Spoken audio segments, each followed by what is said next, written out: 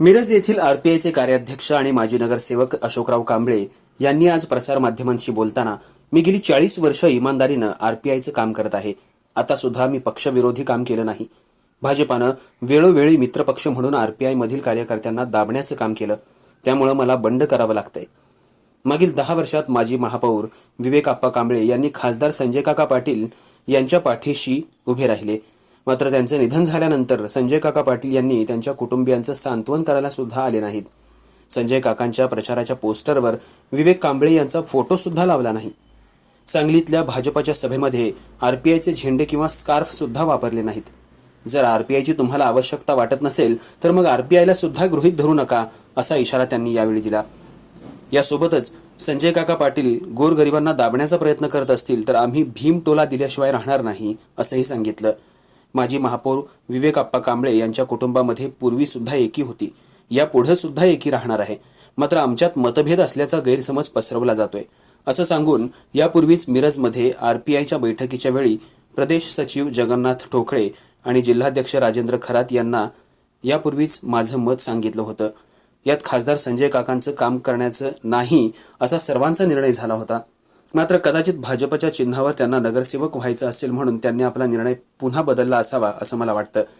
2 दिवसांच्या आत भाजपचा प्रचार करा, अन्यथा निलंबन केलं जाईल, अशी नोटीस मला आरपीआयच्या जिल्हाध्यक्षांनी दिली आहे. माझ्यावर पक्षानं एकतर्फी कारवाई केली तरी सुद्धा मी विशाल पाटलांचा प्रचार करणार आहे, असा इशारा आरपीआयचे जिल्हा कार्याध्यक्ष अशोकराव कांबळे यांनी आज पत्रकार परिषदेमध्ये दिला. Republican party of India Athawale गट जिल्हा कार्याध्यक्ष म्हणून आज सांगली जिल्ह्याभर पूर्ण माझा सर्वे झालेला आहे आणि सांगली जिल्ह्यातील जे आठवले गटातले असणारे जे पदाधिकारी ते माझ्या विचाराशी सहमत आहेत. कारण त्यांना माहीत आहे की भारतीय जनता पार्टीबरोबर आपला आठवले गटाचा विचार नाही पटणार त्यांना. म्हणून ते कार्यकर्ते आज म्हणतात की अशोकरावजी तुम्ही जाचेला तिकडं मी यायला तयार आहे. 2 तालुक्यामध्ये थोडंसं टेक्निकल प्रॉब्लेम आहे की दोन्ही तालुक्याचे अध्यक्ष आज इथं आली नाही आहेत, परंतु 5-7 तालुक्याचे अध्यक्ष आणि त्यांची कार्यकारिणी या ठिकाणी उपस्थितीत आहेत. म्हणून मी 10 तालुक्याच्या कार्यकर्त्यांना विनंती करतो आहे की येणाऱ्या लोकसभेला आपण विशालदादा पाटलांचा प्रचार करावा आणि विशालदादांना मतदान करावं. त्यांचं चिन्ह आहे बंद पाकीट. दुसरा मुद्दा तुमच्या कारवाईचा. दुसरा मुद्दा एक असा आहे की जिल्हा कार्याध्यक्षांनी मला माझ्या व्हॉट्सअपवरती नोटीस पाठवले.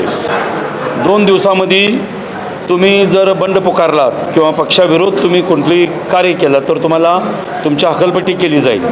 परंतु मी हकलपट्टीला समोर जायला तयार आहे आणि मी विशालदादांचंच काम करणार. संजय काकांनी कुठलंच प्रश्नावरती आमचे कामं केली नाही आहेत. सामाजिक प्रश्न असो किंवा स्थानिक त्यांचं विकास निधी असो त्यावरती तिने कोणतंही कार्य केलं नसल्यामुळं आज आम्ही त्यांना विरोध करतो. भाजपच्या नगरसेवकांवर टीका झाल्यानंतर भाजपच्या नगरसेवकांनी राजीनामे दिले विशाल पाटलांना मदत करण्यासाठी. यावेळेला तुमच्यावर कारवाई करण्याचा इशारा दिल्यानंतर तुम्ही प्राथमिक सदस्यपदाचा राजीनामा देणार का?